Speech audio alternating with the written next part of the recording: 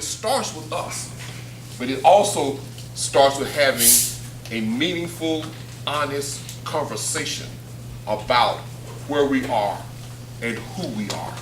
And that's one of the main reasons we wanted to invite Brother Michael to come and share with us this evening on white privilege. Not quite. Good evening to everyone. Good evening. Okay, now how many educators do I have in the house tonight? How many former educators, current educators, or future educators? Raise your hands high. That's a lot of people. That's about 40–50% of the people in here. All right, so this is going to be awesome because I'm going to get a chance now to also hear from you, hear your experiences, and get your insights on what you've experienced in education.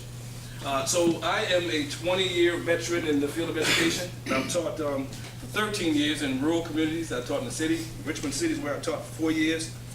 I had a bunch of experience with different grade levels of kids, from 4th grade all the way up to high school kids, and so a great deal of experience. But one thing I've found to be true about education is that there are a couple of topics that educators try their best to avoid at all costs, and those are right behind me on the screen. If you're an educator and you think I just told you the truth, raise your hand. Okay, all right, well, a few people.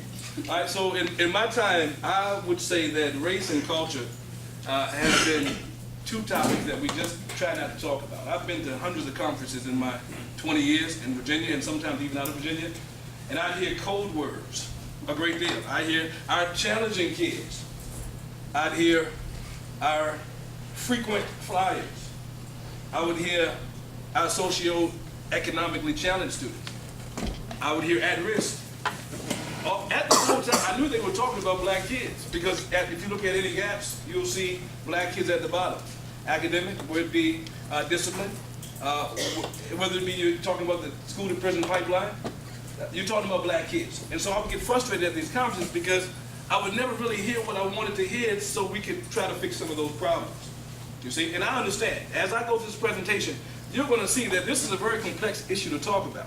Race is, people stay away from race because it's complex and it's kind of uncomfortable. But tonight I'm going to go deeply inside of race and hopefully I will be able to give you some insight on race in the classroom today. Now, I'm using as my topic tonight an idiomatic expression called the elephant in the classroom. Now, if you're not familiar with that terminology, it's a metaphorical idiom that suggests that there's a looming issue that needs to be discussed. But because it's uncomfortable, unpopular to talk about, perhaps risky, some say it's even taboo, we choose to shove it in the corner and act as if it doesn't exist.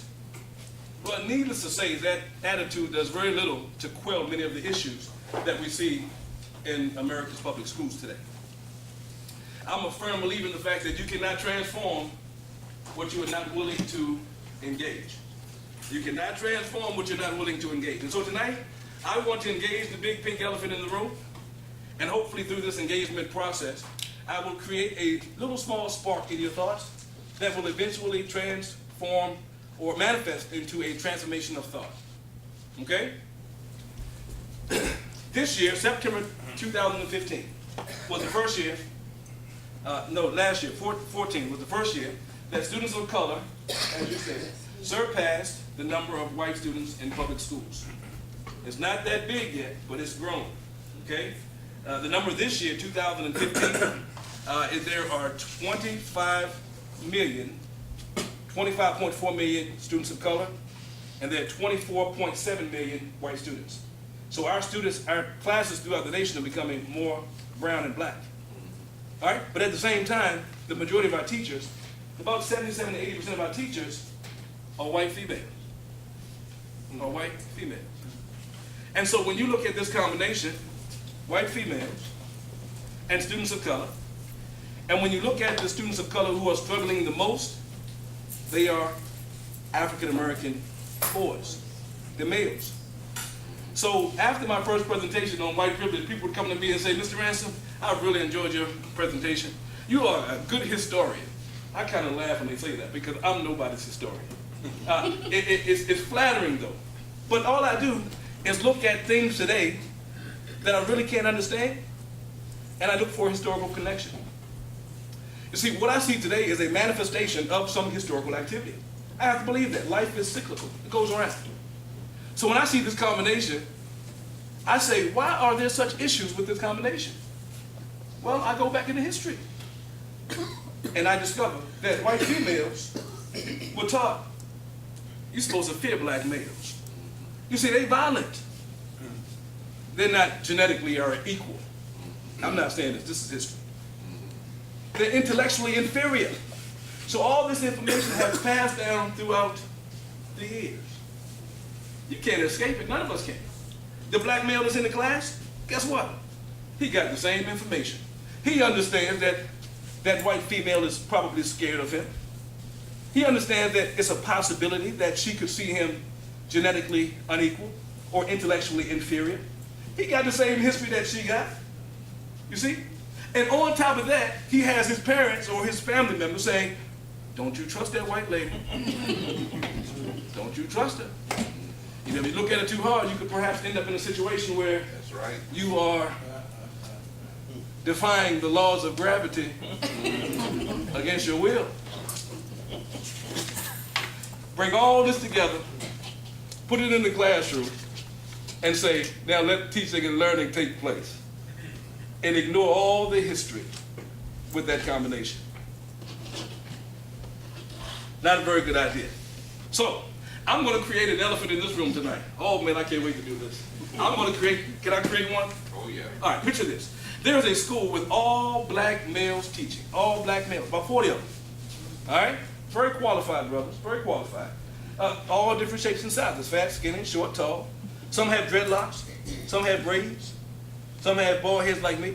Some are scrawny, some are muscular like me. Y'all supposed to laugh. And they're teaching 100% of white females.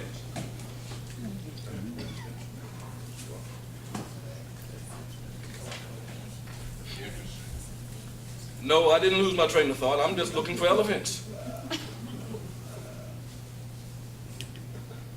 Okay, then listen. The reason I put those elephants up there is because, listen, what we all have is historical information. And I don't want anybody to feel like I'm picking on you and saying you wouldn't put your child in that school, because guess what? I don't believe anybody in this building would enthusiastically put their child in that school with all those black males teaching, because we got the same information. You see, we can't escape it. Am I making sense to anybody?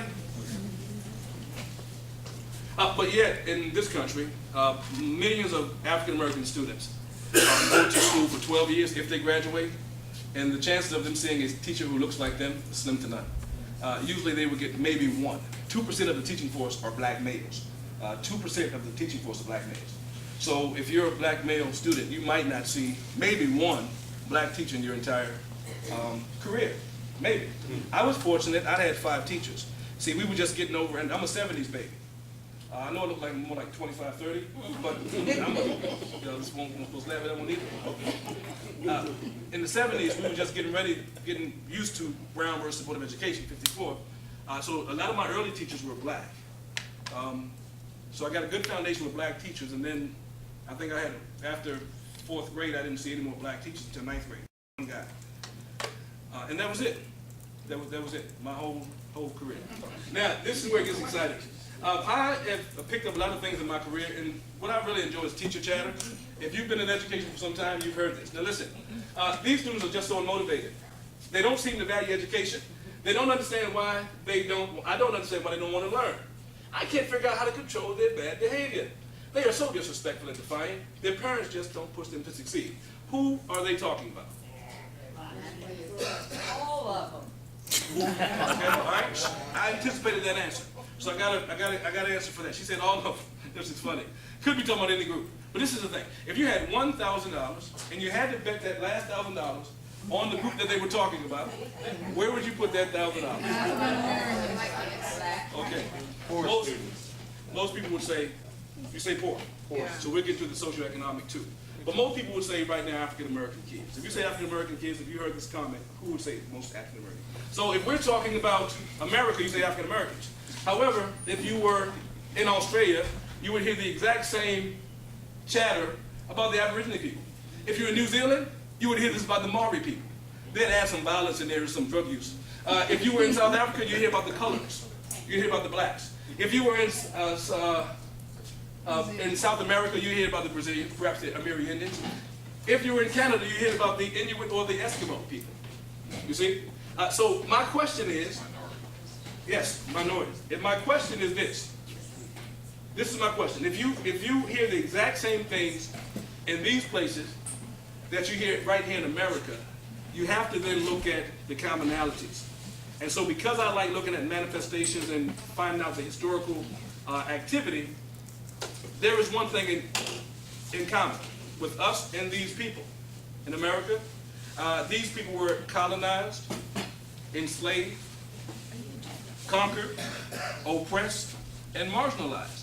And so we have some of the exact same behaviors. And they still live under the very system that oppressed them. So you have to come to one of three things. Either people of color are intellectually inferior. You have to say that. Or you'll have to say that people of color don't value education. Or you'll have to say that perhaps the system of oppression operates in a manner that it will always maintain itself and its power and control. One of those three things you'll have to say.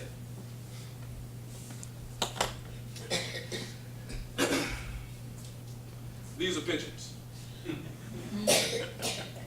Now, these pigeons have been locked in this cage for 365 days. They have provisions, they have water, they have some food. They can move around a little bit, but they're caged. Well, one day, the owner of this cage comes to this cage and he opens the door really, really wide. And he leaves it there. And three things will happen with these pigeons. One group will see that opportunity and freedom, and they will enthusiastically spread their wings and they will shoot out of that cage, never even to look back. That's one group. The next group would walk up to the edge of the door, look outside, see the opportunity, but they'll stay put. They won't move. They won't leave the cage. And the third group is even more weird. You see, this group is going to leave the cage, fly out, look around a little bit, but they're going to come back to the cage. Those three things are going to happen. Can somebody tell me, don't tell me about the first one. We all know it would expect that all of them would fly out enthusiastically. Tell me about the second and the third one. So, why do you think they stayed put? Condition.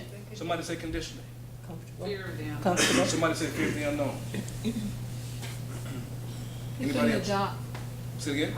no adaptation. They couldn't move from the area. You didn't feel like they could change or Right, that? no change.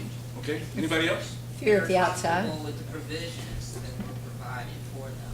They were comfortable with the provisions that were Provided for them in cage. very strong. Yes, sir. Maybe they learned they ought not to be free.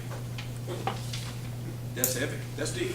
Maybe they learned they ought not be free. It's a safe place for them. It's safe. Oh man, all these answers are incredible. Very, very good answers. So, yes. How about on your elephant, where they start off with a chain and a heavy eye, but then a light rope and a tent stake will hold it in place because it's just used to that. And Oh, the conditioning again. you know, Oh, absolutely. Yes, I agree. Yes, I agree. They would fear the unknown. Fear of the unknown. All right, so look at this. Now, this is the important part. I knew all those good answers were coming. But this is the important part I want to make about this slide. Is that from the outside looking in, my expectation is that all you stupid birds would get out of there fast as you can. Why would you stay there? Do what Group 1 did, right? Get out of there while you got the chance. This is my thinking. But I'm on the outside looking in. if I really want to understand why those pigeons are staying in there, I have to do something different. I have to do what most people won't do. I have to go inside and study the inside out. You see, once I go inside, then I can see the environment that produced those pigeons. Once I go inside, I might take a peek in those 365 days to see what happened in your history. It's easy for me to say, you crazy, you stupid, you stay right there, you should get out of it. It's easy to say that from the outside looking in. But once you get inside, that's where the true freedom will come. They'll trust you. They will. You get in there with them. You can't be scared of them. Some will be scared of them. If I go in there with them, they're going to peck me to death. No, no problem. Go in there with them, build a relationship. And then you can coach them out. You can coach them out. I'm almost done already. Y'all believe that? In my last presentation, I talked about the world being your oyster. Quick review for those who might not have seen it. If you saw my white privilege, raise your hand, please. This is good. A lot of you guys have seen it, okay? I found this online. Someone said the world is your oyster. It's up to you to find the pearls. I liked it, so I kept it. Now, I want you to picture this oyster right here.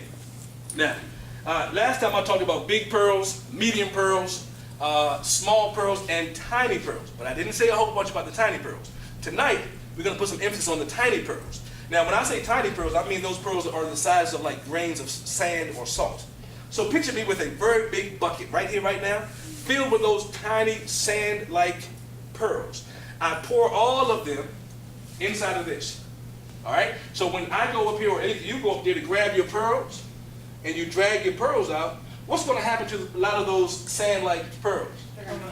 Somebody said they're going to fall right between my fingers, right? Yes, they are. And when they fall, they're going to make these little piles right here. These are little, I call them specks. These are specks of pearls, okay? They're worth some money. They're valuable, but not as valuable as real deal pearls, okay? Keep this in mind, because I'm going to come back to it. It's very important. Now, this group right here represents my white folk, right? I'm going to call them tonight our dominant culture, okay? These are my white folk here in the room and everywhere else, all right, in America. These are my black folk. Right here. Now, the reason they're positioned like this, if you saw my first presentation, is based on a historical, hierarchical arrangement through a system of oppression. That's why they're behind and below. Okay? Now, as you can see, my white group, they have a clear view of the economic opportunity. Those pearls. Not saying that it's automatic now. Not saying it's automatic. They have their same obstacles, drawbacks, and setbacks as every other human. But they can see it clearly, because nobody's in front of them. You see? Now, look at my black folk here. Because of their positioning, they kind of know that that oyster is there, filled with those resources that they need to take care of their families. But it's not as easy to see. You see, they have a group of people in front of them. And if they want to get into that line, they have to do two things. They have to work like normal, right? And then deal with the normal obstacles and setbacks and drawbacks that all humans have. Then they have to pull themselves up into that line. So that's why our ancestors always told us, you have to work to get successful, right? That's where that is double work, basically, all right? Now, that's privilege that white folk really don't have. They don't have double work. We have double work, okay? So, you might ask yourself this question. Mr. Ransom, are all these black folk the same? Absolute. I'm going to clear this thing up tonight, Reverend.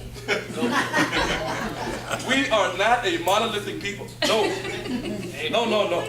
We do not all think the same. We don't all speak the same. We don't all talk, behave the same, act the same. We don't all, this is going to surprise some people, we don't all look the same. Hey, but most importantly, we don't all internalize the same. Please remember this term. We don't all internalize the same. What am I saying when I say internalize? I'm saying that historical information, misinformation, misrepresentation, misinterpretation, propaganda, and stereotype that I talked about in my last presentation, that information, we all get it. Nobody is immune. We all get it. Sometimes babies get it as early as like 6 and 7 years old, right? But we're going to get it, right? So, this is what I want you to know about this marginalized group of people. Some things I say tonight can go for any people on this earth, but I'm talking specifically tonight about the marginalized people in America, black people. This group right here, I broke down in this slide, has 3 different groups. We are different. And I broke us down in 3 socioeconomic strata. Someone brought up poverty earlier. This is what we're going to touch on it, okay? Now, this group right here at the top, these black folk have made it into that line. You see? Through their hard work, they got education, they got some opportunity. They made it into that line. Now, what they now can see is that oyster plainly. They can see it plainly. Oh, it's not guaranteed that they get to it, but when they do get to it through hard work, when they grab their pearls, ma'am, they got enough now. Because they grabbing their own, they got enough now to pay all the bills, take their children on a trip to the museums, maybe even go on a trip outside of the country. These black folk are now in that line. They're not dominant culture people now. They're not the dominant culture, but they've gotten to that line and they have economic opportunity now. Now, look at this group right here. I call this group my strugglers and my strainers. See, I'm kind of fond of this group because my dad and mama they were in this group. In fact, my daddy used to always sing a song, I'm climbing up on the rough side. You know that song by of the mountain. That's my daddy one right here. That's them right here. They climbing. Now, these folk are what we call plain old hard workers. I mean, they get up at 7 o'clock in the morning, they can work till 7 o'clock at night. They are going to put in the work. All right? These are my strugglers and my strainers. Remember these guys. All right? Now, this group right here, as you can see, they're at the bottom of the socioeconomic strata in the black community. Now, when I tell you about internalization, everybody on this page right here, these people and these people, internalize that information. Blacks are dumb. They're violent. They're stupid. They're not all the way human. Everybody got that information. Everybody on this page got it. Some people internalize it differently. This group right here, they internalized it and it paralyzed them. It paralyzed them. And so they don't even look up there toward that oyster. Look how far they're away from it. They don't even look at the oyster. They just look forward to looking down. What I mean by that is that once a month, instead of going to grab their pearls, they go to the post office and pick up their specs.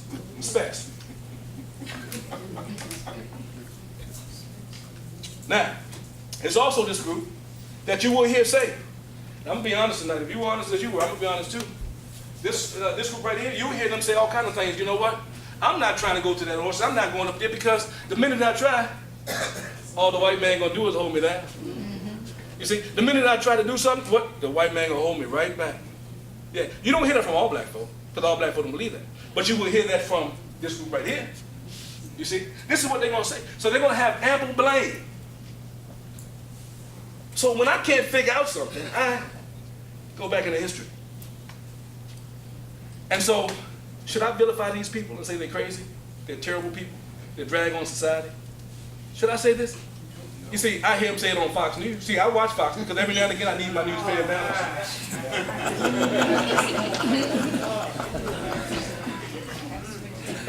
But when I think about it, this is what I see. I see it as me going back through history, and I extract all the times when black people were about to make some political, social, and economic gains.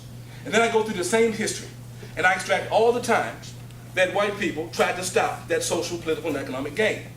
If I juxtapose these two things, side by side, go through them categorically, I can show you every time blacks were on the cusp of making group gains with political, economic, social things, and I could show you, on the other hand, where whites were there to stop it, either on a local level through physical aggression, intimidation, and sometimes even destruction, or on a national level with rules, policies, procedures, and practices, and laws.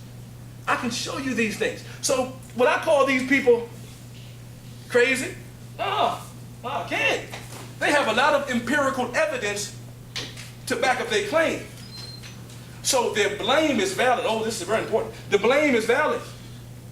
But using that blame as an excuse not to leave the cage is unacceptable. Yeah. Yes, sir. The blame is valid. History tells us that. You can back that up. But using that blame as an excuse not to leave the cage, not the pigeon cage, the mental cage, is unacceptable. How do blacks become successful? We have a lot of black successful people in this room tonight. How does it happen? Education. Let's talk about it. One of the first things you have to do as a marginalized people, I don't care if you're in New Zealand, Australia, South Africa, you have to create a counter narrative for kids. You have to tell them early that they are the opposite of what you are anticipating society is going to say about them. My little girl, I told her when she was 3 years old, starting at 3, I told her how intelligent she was. I would draw pictures of things like bananas and all these big word things, and I'd write the word down. And she would, I said, babe, what's that word? She'd say, She'd look at the banana, see the picture, say, oh, that's a banana, Daddy. Baby, you are so smart. And I celebrated how intelligent she was. See, I needed to tell her how smart she was because when she grew up, she would get those subliminal messages that because of the melanin in her skin that she wasn't intelligent. I often told her how beautiful she was. Every day, baby, oh, baby, you are gorgeous. You hear me? So when she saw that the epitome of beauty was a European model with European features, she would say, yeah, you pretty, but I'm beautiful too because my daddy told me so. You see? You have to establish a counter narrative. The earlier you get it, the better. Don't act like racism is something that doesn't exist. It's not overt. People are not going around calling people the N-word. You don't, that's kind of clumsy and that's not something you see today. It's very covert. Microaggressions. Those things can really shoot you down pretty good. Now, I love this next one. Some blacks become successful because they use negative information. They internally, these people are anomalies, but I want to tell you about it. They take the negative information, they flip it in their brain, it becomes positive. They use it as a fuel to motivate their ambition. This is really weird. Listen to this. I can take this water bottle, right? And say I put it on the machine. And the machine puts the top on so tight that no human can take it off. I do it right in front of you, ma'am. I say this machine is putting this top on here so tight you cannot take it off as a human. She's taking the negative information of me telling her she can't do something. She's going to take this bottle and she's going to work on it from 6 o'clock tonight until 6 o'clock tomorrow. She's going to bite it. She's going to take a cave knife and try to get it. By the end of the 12 hours, she's finally going to take a knife and just cut the whole thing off. Okay? There are some people like that. They become very madly, wildly successful. And no matter who you are and where you come from. This is what we see. Now, the third is one that is quite common in the black community. You'll see people who view the struggles of others, and they decide that they want to do the opposite. For example, a little kid who might see their mom, dad struggle, work hard, not really making a lot of themselves as far as money. They might say, Mom, you know what? I see how hard you work. I'm going to do everything I can to make the most of myself so I can come back and help you. You see, you have those types as well. This is in every culture, but I'm talking tonight specifically about marginalized people. Okay? Now everybody. Okay, I'm gonna have a time for questions and answers, okay? But I'm wrapping this thing up right now, and I don't want to keep y'all too long. I'm a school teacher by heart, and I can tell when people start getting bored, so I don't want that to happen. It's seeping in now a little bit, okay? All right, here we go. We're about to get to the kids now, that's the good part. All right, now look. Remember these people right here at the top? Those are my people that are already, my black folk are pretty successful. So their kids are going to be successful in school. So when you hear all this terminology and saying that black kids are, this and that in schools, not all black kids. No, some black kids do quite well in school. These kids right here, they do well. They don't care what color the teacher is. You can be white, you can be black, Asian, Hispanic, Native American. They don't care. They can learn from a purple dinosaur named Barney. They really can, right? Because they've already in that line. They can see that opportunity. All they got to do is work hard. The opportunity is going to be there. They're going to be a joy to teach. If you want to go into teaching, all right, you look like a natural teacher, young lady. If you want to be a teacher, this is going to be a great group of students to teach. Now, this next group is tricky though. This group right here, I broke in half. That second group, I broke them in half. That's why I have the 1.5 right here. 1.5 of these students will be a joy to teach. 1.5 will be quite challenging to teach. This group right here, these are the kids of my strugglers and my strainers. And my strugglers and my strainers send mixed messages to their kids. They tell their kids that, they show their kids that working hard does not equal economic prosperity. You see, what I forgot to mention on my other slide was that the strugglers and strainers get pearls too, but they don't grab their own. They get their pearls from the people who grab their own. And so the people who grab their own don't give their biggest pearls away. They give their smaller pearls. And so the struggling strangers usually work very hard, but they don't have a whole bunch to show for it at the end of the month. And so the children see that and they equate that to hard work, not equaling economic prosperity.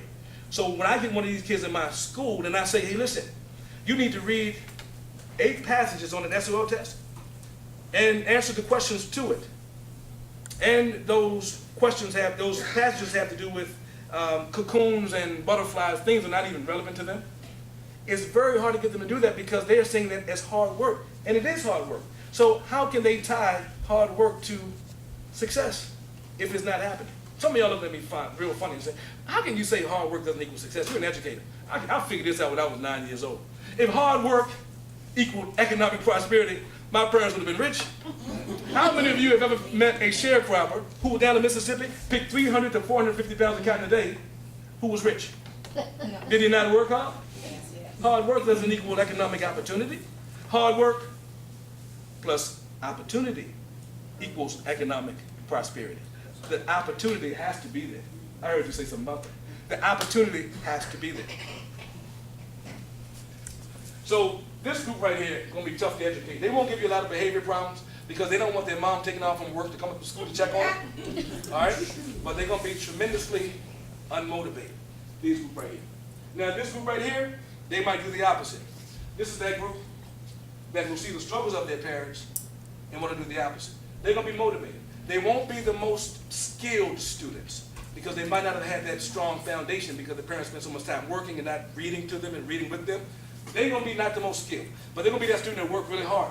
So when you see the student in class, they might take a long time to get that algebraic equation. It might take them a long time to get division, but when they get it, true teachers, that'll draw tears from true teachers. These kids make teachers cry all the time, but in the good way.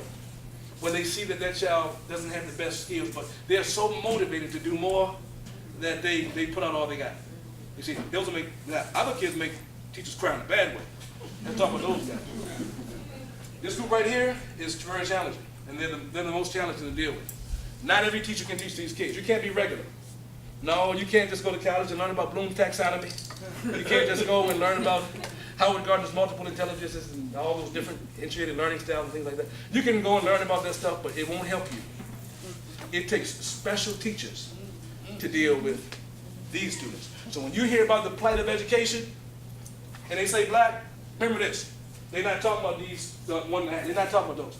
They're talking about these students here, linked to that poverty that that gentleman was talking about right there. Okay? Now,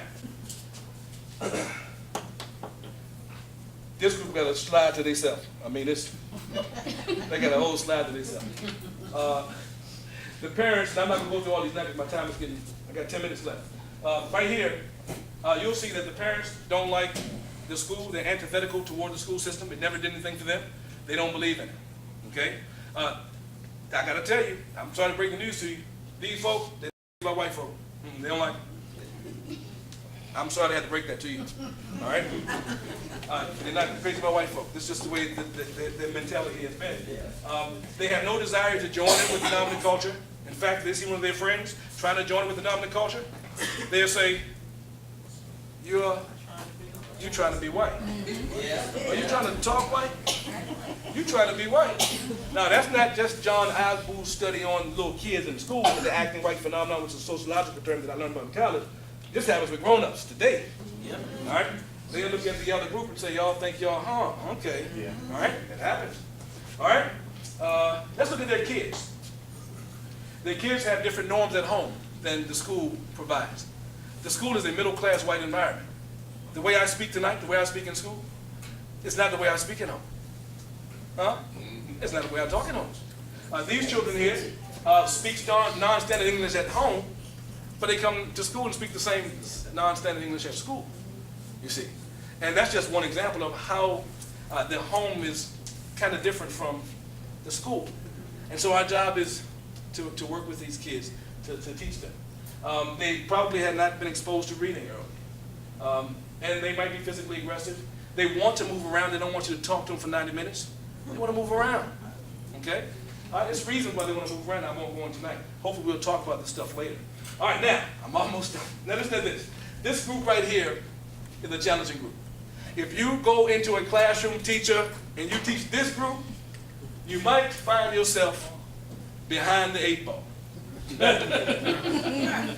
8 ball is another idiomatic expression, which means you are in a bad situation. Now, this teacher right here, I picked her. She's not one of my teachers. Please don't start a rumor now. This is not one of my teachers. I picked her off of Google Images, okay? She looked nice. She's behind some books over behind. She looks very erudite. She looks sharp. So I picked her. Now, this lady looks very sweet and nice, like she loves kids. But she's behind the 8 ball if she does not recognize that being colorblind is a bad thing when it comes to teaching kids. How many of you ever heard people say, I don't see color, I see all my kids the same? Anybody heard that before? Yes. Well, this is not my thing. This is why, how can you come into class with 20 kids and pretend, 20 kids of all color and say, I don't see color? What is it so insidious? What is it so terrible about seeing color that you will pretend not to have one of your greatest senses? If I took a basket tonight, Reverend Williams, I wouldn't take an offering, but if I said I want everybody to give me one of your senses, just say I did. At the end of the night, when I'm counting up all my, not dollars, but my senses, I'm willing to bet I won't see a pair of eyeballs in there nowhere. Y'all will give every other sense away, but not your eyes. So what would make you go into a classroom and say, I don't see color? I'm colorblind. What would make you say that? Well, it took me a long time to discover this answer, but I finally got it. The answer is, if you're colorblind, if you're blind, then you don't have to see the elephant in the room.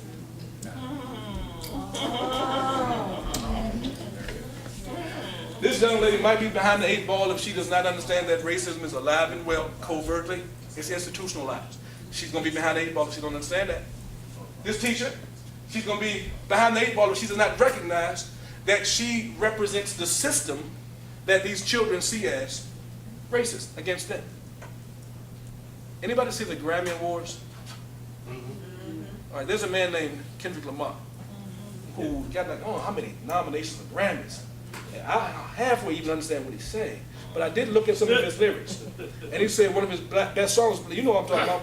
Black and the Bird. Black and Bird. He says, "Y'all don't like us anyway." I remember that.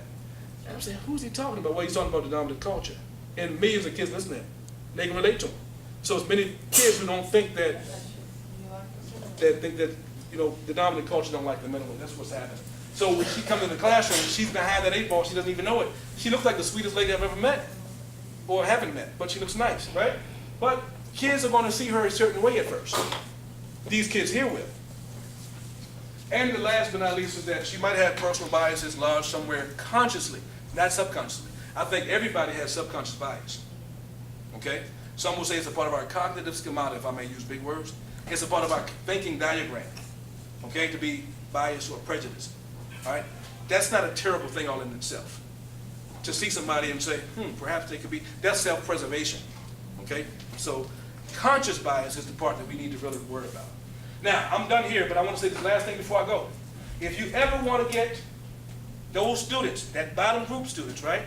If you ever want to get these kids looking up at that oyster, at those pearls, as a teacher, you got to be special. And let me tell you why. That child is accustomed to looking forward and down, like his parents. He's not accustomed to looking up there. So as a teacher, you have to get him to look up toward that oyster. But the only way that can happen is first, you have to get him to look up to you. Now, this is where it gets really tricky. When he looks up to you, he's going to look you in your eyes. When he looks you in your eyes, teacher, he's going to immediately read your heart. Understand that the eyes are the window to the soul. And if when he looks in your eyes, he doesn't like what he sees. If when he looks into your eyes, he doesn't like the way it makes him feel. If when he looks into your eyes, he doesn't like you, you're going to have a difficult 9 months. Yeah. He may not be able to read that book, but he can read your heart. Yes, he can. And look forward to 9 months of power struggles. How they work. How they work. In 1929, the Great Depression hit the United States. Jaquan, can you please stop hitting the desk while I'm teaching? In 1929, the Great Depression, Jaquan, Can you please stop hitting that? That's why I'm teaching you. Do it again, I'm going to send you to the principal's office. Jaquan then said, oh, something about that set white folk off. I don't know about this. Oh. I don't know what that is. So now she's out now, right? Hey, in 1929, son, get out of here right now. Go to the principal's office. Don't come back. By this time, her hair is frizzled. Her eyeglasses are sideways. She's red as a beet. This is true stuff. I mean, this happens, right? So this kid is going to leave that office, leave that classroom. He's going into the office. While he's walking, though, this is what he's going to say to himself. Nobody knows this, only me. He's going to say, I won. Yes. Look. This is where it gets really heavy. Let me tell you why he's saying that. Because he's from a powerless community, and he feels powerless. So if the only power he can get is from making you lose your control, then he's won. And that is the problem of education today. The big pink elephant in the room is being ignored as if it is not there, but it's very much there. And as I close, I want to say that kids don't care about color. No, my experiences have taught me that kids don't care about color. They care about heart. I've seen some white teachers, kids will just jump off the bus and run to them and jump up in their arms like they're their mothers. I've seen this. I've seen black teachers with black children, and I say, I would not want you teaching my child. Right. See, kids don't care about no color. They care about your heart. You got the capacity to love. You got patience. Kids are going to love you. And so that's going to end here. My next presentation, I don't know when I'm going to do it because I know maybe we got something else going on. But I want to get into solutions. And the next presentation, I'm going to talk about teachers. And teachers who dare to go down this road. You see, this road right here, this regular teacher will stay regular. He'll go down the familiar. All right? But if you want to be different, if you want to be special and be able to relate to those kids at the bottom, then you have to be willing to go down this unknown road, which is very scary. And my next presentation, it's going to be in a book as well. My next presentation is going to talk about what happens down that unknown road. Thank you so much for your attention.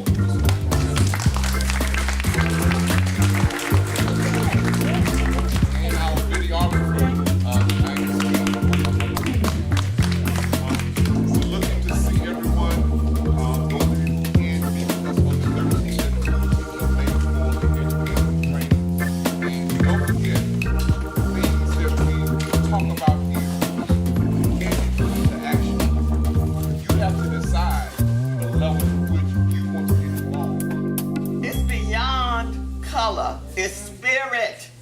It's about people with like minds and desires that's going to make the difference. And I don't care what they said, there is a change coming because I done felt it right in here and other places as I go about mixing and mingling.